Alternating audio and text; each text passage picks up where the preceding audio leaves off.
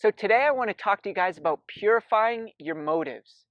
By purifying your motives, what we need to do is we need to practice. We need to remind ourselves and we need to get repetitions in the mental game, just like we do in the physical game. Through repetitions, we get better. So we need to remind ourselves and we need to really focus on what our true and pure motives are. I think back when I was in college competing in PDL during the summer, and we were in the national championship game. And I knew that the game was on TV and the MLS coaches and scouts would be watching, and that got into my head a bit because I really wanted to play MLS, but I was more focused on, what's the commentator saying? What are these coaches thinking? And that kind of distracted me, and I didn't have a strong performance.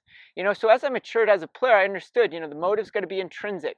Got to play for the love of the game, use my talents for good, for the glory of God, and really enjoy and have intrinsic motivation, because that's what's going to carry you through the long run. So even though I understood this, in 2012 I had an opportunity to try it with the Rapids, and I was there and I was doing extremely well. I was focused on the intrinsic, focused on playing my best and not worrying about the coaches or what anyone else was thinking. And then one day the coach brought me in the office and he said, "You know what?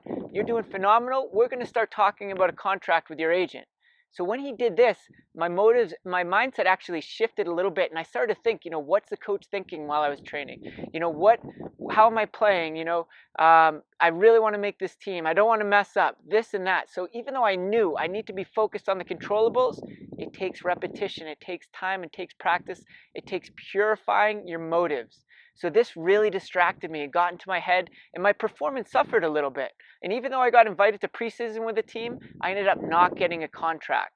And even though I understood we got to play with intrinsic motives, my motives at that point were not fully pure. So I learned from this lesson, and I purified my motives. And since I use this to develop and to grow and to be more focused and more committed to the pure and true motives that are going to help me to be a better soccer player and not be distracted by the extrinsic motivations.